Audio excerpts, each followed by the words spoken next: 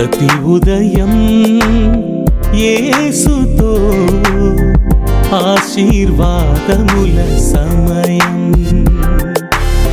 ప్రతి ఉదయం యేసుతో ఆశీర్వాదముల సమయం. రోజుకు సరిపడ జీవాహారం, రోజుకు సరిపడ జీవాహారం, ప్రతి స్థితిలోను సగు విజయం, ప్రతి స్థితిలోను సగు విజయం. ప్రతి ఉదయం యేసుతో ఆశీర్వాదముల సమయం. షలోం. ప్రభునందు ప్రియులారా, మీరంతా కూడా దేవుని కృపలో క్షేమంగా ఉన్నారని నమ్ముతున్నాను. అలాగే ఈ ఉదయకాలన మన ప్రభుని యేసు నామములో మీ అందరికీ కూడా శుభములు తెలియజేసుకుంటూ నేటి వాక్య ధ్యానంలోనికి మిమ్మల్ని ఆహ్వానిస్తుంటున్నాను. Beloved, I trust and believe that you're all doing well, and I greet you in the matchless name of our Lord Jesus, and I welcome you to this morning's meditation. లూకాసు వార్తలో 18వ అధ్యాయంలో 1-8 వచనాల్లో ప్రభువు ఒక ఉపమానాన్ని బోధించినట్టుగా మనం చూస్తాం. In Luke chapter 18 verses 1-8 we see that the Lord narrates a parable. అక్కడ రాయబడిన మాటలు మనం చదువుకుందాం. వారు విసుకక నిత్యము ప్రార్థన చేయుచుండవలెనుటకు ఆయన వారితో ఈ ఉపమానమును చెప్పెను. దేవునికి భయపడకయు మనుష్యులను లక్ష్యపెట్టకయు నుండి ఒక న్యాయాధిపతి ఒక పట్టణంలో ఉండెను. ఆ పట్టణంలో ఒక విధవరాలును ఉండెను. ఆమె అతని యొద్దకు తరచుగా వచ్చి నా ప్రతివాదికిని నాకును న్యాయము తీర్చుమని అడుగుచూ వచ్చెను. గాని అతడు కొంతకాలము ఒప్పకపోయాను. తర్వాత అతడు నేను దేవునికి భయపడకయు మనుష్యులను లక్ష్యపెట్టకయు ఉండినను ఈ విధవరాలు నన్ను తొందరపెట్టుచున్నది కనుక ఆమె మాటి మాటికి వచ్చి గోజాడకుండునట్లు ఆమెకు న్యాయము తీర్తునని తనలో తాను అనుకొనెను. మరియు ప్రభువు ఇట్లనెను, అన్యాయస్తుడైన ఆ న్యాయాధిపతి చెప్పిన మాట వినుడి. దేవుడు తాను ఏర్పరచుకున్న వారు దివారాత్రులు తన్ను గురించి మొరపెట్టుకొనుచుండగా వారికి న్యాయము తీర్చడా? ఆయన వారికి త్వరగా న్యాయము తీర్చును. వారి విషయమే కదా ఆయన దీర్ఘశాంతము చూపుచున్నాడని మీతో చెప్పుచున్నాను. ఆయనను మనుష్య కుమారుడు వచ్చినప్పుడు ఆయన భూమి మీద విశ్వాసమును కనుగొనునా అంటాడు. In English we see that, and he told them a parable to the effect that they ought always to pray and not to lose heart. He said, in a certain city there was a judge who neither feared God nor respected man. And there was a widow in that city who kept coming to him and said, give me justice against my adversary.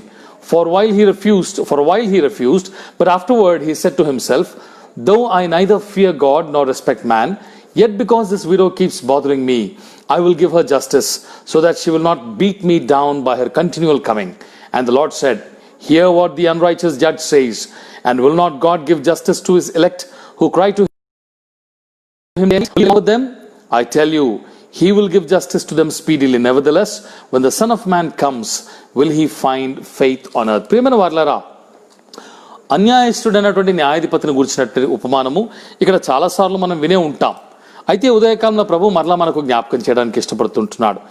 ఎందుకు ఈ మాటలు జ్ఞాపకం చేస్తున్నాడు అనేది కొద్దిసేపు అయిన తర్వాత మనకు అర్థమవుతుంది. అయితే ఇక్కడ ఉపమానంలో ఉన్నటువంటి మాటలు మనం చూసినట్లయితే ఈ ఉపమానం యొక్క ఉద్దేశం ఏమిటి అని చూసినట్లయితే, ఒక అంశము గురించి నిత్యము కూడా మొండి పట్టుదలతో ప్రార్థన చేయాలి అని నేర్పించడానికి ప్రభు ఉపమానం చెప్పట్లేదు. ఏదో ఒక అంశాన్ని పట్టుకొని ఈ స్త్రీ తన ప్రతివాదికిని తనకు న్యాయం తీర్చమని ఆ ఒకే అంశం కోసము ఈ అన్యాయస్తుడైనటువంటి న్యాయాధిపతి యొక్క ఇంటికి ప్రతిరోజు కూడా తరచుగా వెళుతూ వస్తూ ఉండేదట. అయితే మనము మొండి పట్టుదలతో ఒకే ఒక అంశం గురించి ప్రార్థన చేయాలని చెప్పలేదు. కానీ ప్రారంభంలో చూసినప్పుడు వారు ప్రార్థించవలెననుటకు ఆయన వారికి ఒక ఉపమానము చెప్పెను, ఎట్లనగా అని ప్రారంభించాడు. మనము చాలాసార్లు ప్రార్థన దగ్గర విసిగిపోతాం. కొన్ని అంశాల గురించి, కొన్ని అక్కర్ల గురించి, కొన్ని అవసరతల గురించి మనం దేవుని దగ్గర ప్రార్థన చేస్తుంటాం. కొంతకాలం ఎదురు చూస్తాం. జవాబు సరిగా రాకపోయినా, అసలు జవాబే రాకపోయినా కొంతకాలానికి విసిగిపోయి మనం మానేస్తాం. ఇక్కడ స్త్రీ చేసిన పని ఏంటంటే తాను విసగలేదు కానీ అన్యాయస్తుడైనటువంటి న్యాయాధిపతిని విసిగించినట్టుగా చూస్తాం. Beloved, the purpose of this parable is not to tell us to keep praying over one particular issue persistently until we get an answer, but to actually be persistent in prayer. When we pray, we need to keep praying persistently, whether it be for one issue or for many issues. this lady was approaching this unrighteous judge almost every day in the hope that he will do justice to her and her enemy. Likewise, God is expecting us. In the beginning, that's why he says in the parable, the way he begins is, and he told them a parable to the effect that they ought to always pray and not lose heart. The purpose of this parable is to teach us to keep praying persistently without let up. కనుక విసుగక ఎడతెగక నిత్యం మనం ప్రార్థించవలనే విషయం మనకు జ్ఞాపకం చేస్తున్నాడు. మొదటి తెస్సలోనిక పత్రిక 5వ అధ్యాయంలో 17వ వచనంలో కూడా ఎడతెగక ప్రార్థించుడు అనేటువంటి మాట మనం చూస్తాం. 1 Thessalonians chapter 5 verse 17, Paul writes, pray without ceasing. Praying without ceasing is actually ceasing these days. వాస్తవానికి ఎడతెగక ప్రార్థించాల్సిన క్రైస్తవులు ఈ దినాన ప్రార్థన వారి జీవితంలో తెగిపోయినట్టుగా మనం చూస్తుంటాం. చాలా అంశాల్లో కొంతకాలం మటుకు ప్రార్థన చేస్తాం, తర్వాత మానేస్తాం. కానీ క్రైస్తవుడు అనేటువంటి వాడు నిత్యము ప్రార్థించేవాడుగా ఉండాలి. మొన్న కూడా చెప్పాను, పాల్ యాంగిచో అనేటువంటి దైవభక్తుడు ఏమన్నాడంటే, ప్రతి క్రైస్తవుడు ఒకవేళ రోజుకు 2 గంటలు ప్రార్థించకపోతే వాడు క్రైస్తవుడు కాడు. సేవకుడు మన్నించాలి, ప్రతి క్రైస్తవుడు కనీసం గంటైనా రోజుకు ప్రార్థించకపోతే వాడు క్రైస్తవుడు కాడు. సేవకుడు అనేటువంటి వాడు రోజుకు కనీసం 2 గంటలైనా ప్రార్థన చేయకపోతే వాడు సేవకుడు కాడనే మాట అన్నాడు. మనలో ఎంతమంది ఎడతెగక ప్రభు పాదాల చెంత ప్రార్థన చేస్తున్నాం? ఈ స్త్రీకి అతడు అన్యాయస్తుడు అని తెలిసినప్పటికీ కూడా నిత్యము అతన్ని విసిగించుచూ వచ్చింది. దేవునికి భయపడ్డు మనుషులు లక్ష్య పెట్టడం తెలిసినా కూడా విసిగించుచూ వచ్చింది. అయితే మనము సేవించేటువంటి మన న్యాయాధిపతి అన్యాయస్తుడు కాడు, ఆయన న్యాయమైనటువంటి వాడు, న్యాయవంతుడు. చూడండి, యోహాను సువార్తలో 5వ అధ్యాయం మనం చూసినట్లయితే 30వ వచనంలో we see that the woman here was every day coming and constantly pestering this judge who was known to be unrighteous. He neither feared God nor respected men, yet she relentlessly pursued him. But we serve a righteous God. In John chapter 5 verse 30 we see 5:30లో యేసు ప్రభు పలికినటువంటి మాటలు ఏంటంటే, నా అంతట నేనే ఏమీ చేయలేను, నేను వినున్నట్లుగా తీర్పు తీర్చుచున్నాను. నన్ను పంపిన వాని చిత్త ప్రకారమే చేయగోరుదును గాని నా ఇష్ట ప్రకారం చేయగోరును గనుక నా తీర్పు న్యాయమైనది. న్యాయవంతుడైనటువంటి న్యాయాధిపతి మన ప్రభు యేసయ్య. Jesus says, I can do nothing on my own. As I hear, I judge, and my judgment is just. Because I seek not my own will, but the will of him who sent me. We serve a God who is just and righteous. He is not unrighteous, but he is just and righteous. అంత మాత్రమే కాదు కానీ మనకు తెలిసినట్లుగా కీర్తన గ్రంథము 7:11లోను, కీర్తనలు 89:14లోను, 1 పేతురు 1:17లోను, 2 Timothy 4:8లో చూసినట్లయితే న్యాయాధిపతి అయినటువంటి న్యాయవంతుడైనటువంటి న్యాయాధిపతి, నీతిగల న్యాయాధిపతి అని రకరకాల పేర్లతో మన దేవుడు సంబోధించబడ్డాడు. We seen Psalms chapter 7 verse 11, Psalms chapter 89 verse 14, 1 Peter chapter 1 verse 17, 2 Timothy chapter 4 verse 8. Likewise in so many other places we see that our God is a just and a righteous God who recompenses justice. How much more should we be relentless and persistent in our prayer life? మనం కూడా ఎంత పట్టుదలతో ప్రార్థన చేసేవారిగా ఉండాలి. ఈ స్త్రీ అన్యాయస్తుడి దగ్గరికి ఎంత పట్టుదలతో వెళ్ళింది. న్యాయవంతుడైన దేవుని దగ్గర మనం ప్రార్థన చేయాలా వద్దా? అయితే మనం ప్రార్థన చేసినప్పుడు పట్టుదలతో ప్రార్థన చేస్తే ఫలితం దక్కుతుంది. A persistent prayer yields results.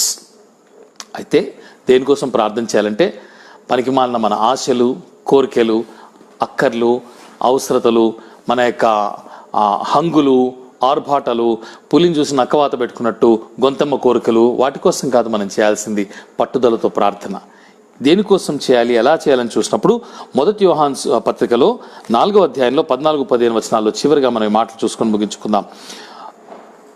Though we are asked to pray relentlessly without ceasing, and though we have been asked to be persistent in prayer life, it doesn't mean that we need to be persistent in praying for unnecessary things of this world.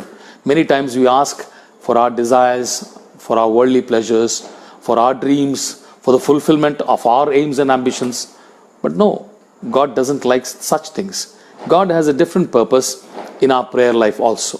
And we see that in 1 John chapter 4 verses 14 and 15.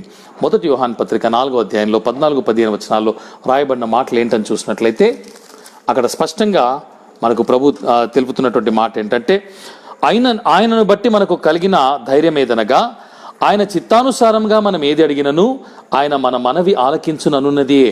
మనం ఏమి అడిగినను ఆయన మన మనవి ఆలకించునని మనం ఎరిగిన ఎడల మనం ఆయనను వేడుకొనినవి మనకు కలిగినవని ఎరుగుదుము. చూడండి, మంచి మాట.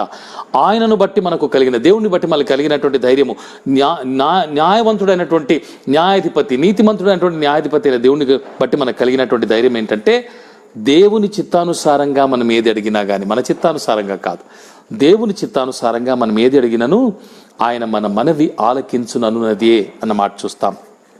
కనుక మనం ఏది అడిగినను ఆయన మన మనవి ఆలకించునని మనం ఎరిగిన ఎడల మనం ఆయనను వేడుకున్నవన్నీ కూడా మనము కలిగినవని ఎరుగుదాం అనేటువంటి మాట చూస్తున్నాం. And this is the confidence that we have in him, that if we ask anything according to his will, not our will, that if we ask anything according to his will, he will hear us, and if we know that he hears us in whatever we ask, we know that we have the request that we have asked of him. కాబట్టి ప్రియమైన వారలారా, ప్రార్థన చేస్తున్నారా? ఎంతసేపు చేస్తున్నారు? ఎన్ని రోజులు చేస్తున్నారు? ఎంతకాలం చేసి మానేస్తున్నారు? దేవుడు సూటిగా అడుగుతున్నాడు. అన్యాయస్తుడైనటువంటి న్యాయాధిపతి దగ్గర, ఎవరికీ భయపడినటువంటి వాడి దగ్గరికి ఆ స్త్రీ వ్యాజ్యము తీర్చమని ప్రతిరోజు వెళ్ళినందున ఒక దినాన అతడు విసిగిపోయి ఆమెకు న్యాయం తీర్చాడు. మన దేవుడు అన్యాయస్తుడు కాడు. అందుకే చివరిలో అన్నాడు, అయినను మనుష్య కుమారుడు భూమి మీదకి తిరిగి వచ్చినప్పుడు విశ్వాసము కలుగునున్నా. ఇదో వారి కోసమే కదా నేను న్యాయం తీర్చడానికి, న్యాయం చేయడానికి దీర్ఘశాంతం వహించుచున్నానంటాడు. కనుక మనం ఎడతెగక పట్టుదలతో ప్రభు పాదాలు పట్టుకొని ప్రార్థన చేద్దాం. లోకాశల కోసం కాదు, శరీరాశల కోసం కాదు. ప్రభు నా బ్రతుకులో నీ చిత్తం నెరవేరుగాక. ఇదిగో నేను ఇలా జరగాలని నా విషయంలో నేను ఆశపడుతున్నాను. అయితే నీ చిత్తం ఏంటో బయలుపరచు తండ్రి, నీ చిత్తమే సిద్ధించును గాక. ప్రభు కూడా ప్రార్థన చేసినప్పుడు గెత్సేమనే తోటలో నీ చిత్తమైతే ఈ గిన్నె నా ఇద్దరి నుంచి తొలగించు, అయినను నీ చిత్తమే జరుగును గాక అన్నాడు. కనుక ప్రభు చిత్తాన్ని ఎరిగి పట్టుదలతో ప్రార్థన చేసే కృపను, జ్ఞానమును ప్రభు మీకును నాకును అనుగ్రహించాలని మనస్ఫూర్తిగా కోరుకుంటూ నా మాటలు ముగిస్తున్నాను. రండి ప్రార్థన చేసుకుందాం. ప్రేమగల మా ప్రియ పరలోకపు తండ్రి, దయగల మా ప్రభువా, మీ పవిత్రమైన నామానికి స్తుతులు స్తోత్రాలు. న్యాయవంతుడైనటువంటి నీతిగల న్యాయాధిపతి అయినటువంటి వాడు ప్రభానికి స్తోత్రాలు.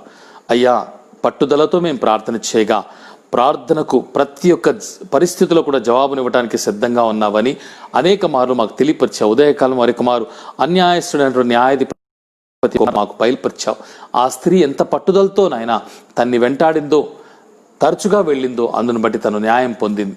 అయితే నీ పాదాలు పట్టుకొని మేము విసుగక నిత్యము ప్రార్థన చేసినప్పుడు తండ్రి, నిశ్చయంగా నీ చిత్తానుసారంగా మేము ఏది అడుగుతామో అది ఖచ్చితంగా మాకు దయచేస్తావని నాయన నీవు మాకు వాగ్దానం చేశావు. కనుక అట్టి కృపను, అట్టి జ్ఞానం మాకు దయచేసి నిత్యము ప్రార్థించేవారుగా, విసుగు చెందక నిన్ను విసిగించే వారంగా మేము ఉండినట్లు ప్రార్థనలో నిత్యము నీ పాదాలు పట్టుకుని గోజాడేటువంటి అనుభవంలోనికి మమ్మల్ని నడిపించమని, నీ చిత్తాన్ని ఎరిగి ప్రార్థించే జ్ఞాన హృదయం మాకు దయచేయమని మా రక్షకుడైన యేసయ్య నామములో ప్రార్థన చేసి స్తుతించి అడిగి పొందియున్నాము తండ్రి, ఆమెన్. ప్రభు మిమ్మల్ని బహుగా దీవించి ఆశీర్వదించును గాక. షలోం. ప్రతి ఉదయం యేసుతో ఆశీర్వాదముల సమయం.